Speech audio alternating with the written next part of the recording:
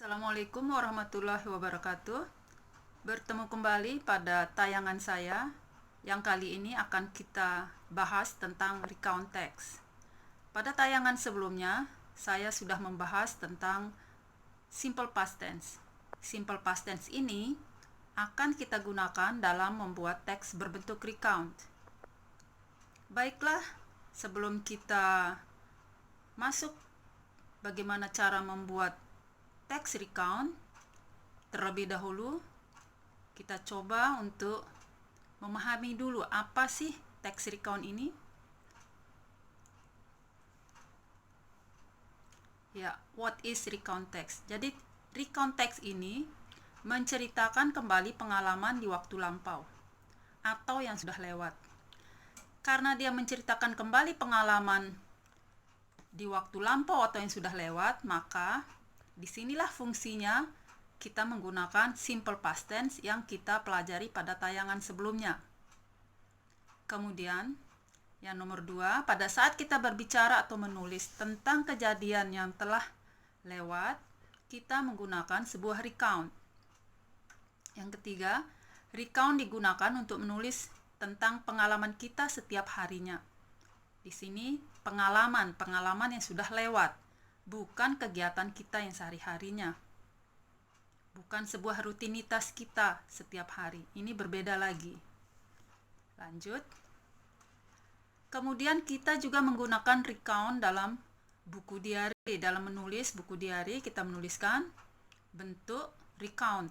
Kemudian menulis surat, biografi, sejarah, dan lain-lain. Tujuan atau fungsi sosial dari teks recount adalah untuk memberi informasi atau untuk menghibur pembaca. Mengerti maksud dari sebuah teks recount, sekarang kita melanjutkan kepada generic structure atau pola dari sebuah teks recount. Ada 3 bagian dari generic structure teks recount. Yang pertama adalah orientation. Pada orientation ini menjelaskan keadaan, kapan, di mana, dan yang terlibat atau karakter atau pelaku yang terjadi di awal paragraf. Contoh, bila kalian ingin membuat sebuah teks tentang berlibur, kalian harus menjelaskan siapa saja yang pergi berlibur, kemana mereka pergi berlibur, bagaimana mereka pergi berlibur, kapan mereka pergi berlibur, dengan siapa saja mereka berlibur. Semuanya dijelaskan pada orientation bagian pertama. Sampai di sini sudah jelas ya. Bagian kedua dari generic structure dari sebuah teks recount adalah events. Di events ini menceritakan serangkaian peristiwa yang terjadi sesuai urutan kronologisnya. Pada generic structure nomor 1, yaitu orientation, dijelaskan tentang siapa, bagaimana, kapan, di mana. Sekarang pada events dirinci sesuai urutan kronologisnya. Tadi saya beri contoh pada orientation tentang teks recount berlibur. Pada orientation dijelaskan siapa saja yang pergi berlibur, dengan siapa, di mana, kapan, bagaimana. Dan pada events dijelaskan apa saja yang mereka kerjakan pada saat berlibur. Dirinci dari saat mereka mulai berlibur sampai menjelang mereka selesai berlibur, sesuai urutan kronologisnya. Pada events inilah dijelaskan semuanya. Bagian ketiga dari generic structure dari sebuah teks recount adalah reorientation. Menjelaskan apa yang terjadi di akhir cerita atau kesimpulan dari cerita. Tadi sudah saya berikan contoh pada orientation, yaitu tentang berlibur, siapa saja, bagaimana, dan sebagainya. Kemudian pada events, apa saja yang mereka lakukan pada saat berlibur. Pada orientation ini dijelaskan apa yang terjadi di akhir cerita. Contoh, bagaimana perasaan mereka setelah berlibur. Kesimpulannya bagaimana? Itu dimasukkan ke dalam reorientation. Sekarang kita masuk kepada grammatical features of recount text. Jadi yang kita gunakan dalam membuat teks recount adalah kata-kata yang berbentuk deskriptif atau menjelaskan, memberi penjelasan tentang siapa, apa, kapan, di mana, dan bagaimana. Lanjut. Kemudian menggunakan kalimat berbentuk past tense untuk menceritakan tentang kejadian-kejadian atau peristiwa-peristiwa. Disinilah fungsinya kita mempelajari terlebih dahulu pada tayangan sebelumnya tentang kalimat berbentuk past tense supaya mempermudahkan kita dalam membuat teks berbentuk recount. Jadi teks berbentuk recount ini kalimat-kalimatnya menggunakan kalimat berbentuk past tense dengan menggunakan kata kerja bentuk kedua seperti yang sudah dijelaskan pada tayangan sebelumnya.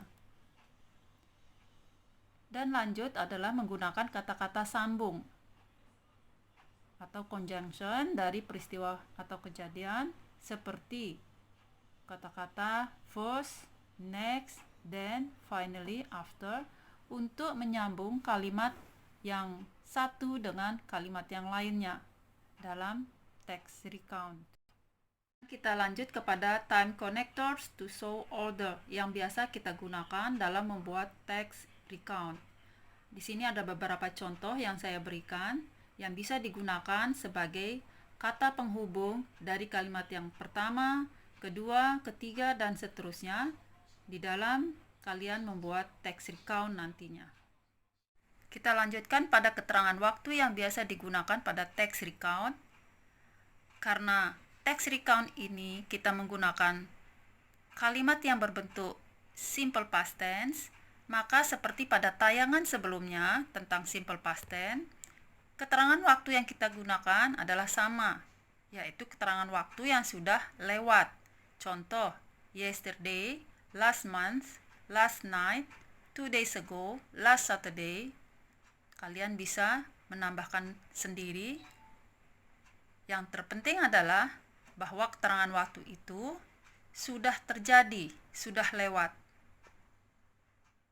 Setelah kita sama-sama membahas tentang maksud dari sebuah teks recount, generic structure, grammatical features, keterangan waktu, maka sekarang kita masuk kepada contoh teks recount. Tadi di depan sudah dijelaskan tentang generic structure dari teks recount adalah pertama orientation. Kalian bisa melihat di sini contoh orientation. Dijelaskan siapa saja yang melakukannya, dengan siapa dia melakukan, kemana mereka pergi, bagaimana mereka pergi, pada pukul berapa mereka pergi, itu dijelaskan pada orientation. Setelah orientation, kita masuk kepada events. Di events ini dijelaskan apa saja kegiatan atau yang mereka lakukan pada saat mereka tiba di sebuah toko buku. Diurutkan sesuai dengan kronologisnya. Jadi pada saat mereka tiba, kemudian apa yang mereka lihat, apa yang mereka lakukan. Setelah mereka melihat, mereka memilih buku.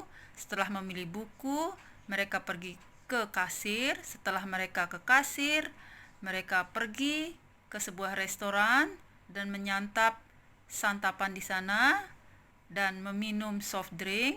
Itu adalah kejadian yang berurutan yang diceritakan dalam events. Kemudian yang terakhir adalah reorientation.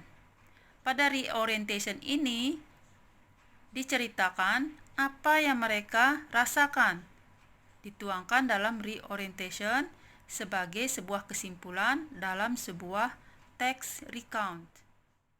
Demikianlah penjelasan singkat tentang tax recount. Jadi dalam membuat sebuah tax recount, yang harus diperhatikan adalah generic structure-nya, yaitu orientation, events, dan reorientation.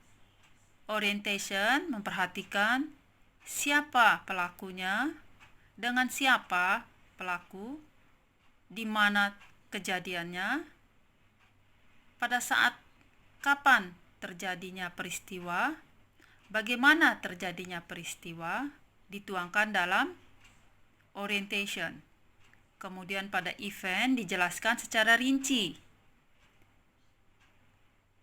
secara berurutan peristiwa-peristiwa yang dialami. Dan terakhir pada reorientation ditutup dengan sebuah kesimpulan. Demikianlah pembahasan tentang recount kali ini.